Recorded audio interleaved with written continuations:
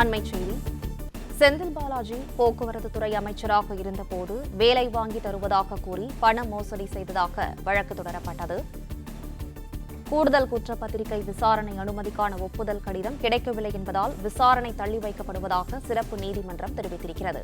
கூடுதல் விவரங்களோடு செய்தியாளர் ஆனந்த் இணைப்பில் இருக்கிறார். ஆனந்த், வணக்கம். விவரங்களை சொல்லலாம். அரசு வேலை வாங்கி தருவதாக கூறி மோசடி செய்த வழக்கில் முன்னாள் அமைச்சர் செந்தில் பாலாஜிக்கு எதிரான கூடுதல் குற்றப்பத்திரிகைக்கான விசாரணைக்கான அனுமதி கிடைக்காதால் விசாரணையை அடுத்த மாதத்திற்கு தள்ளி வைத்து சிறப்பு நீதிமன்றம் உத்தரவிட்டிருக்கிறது.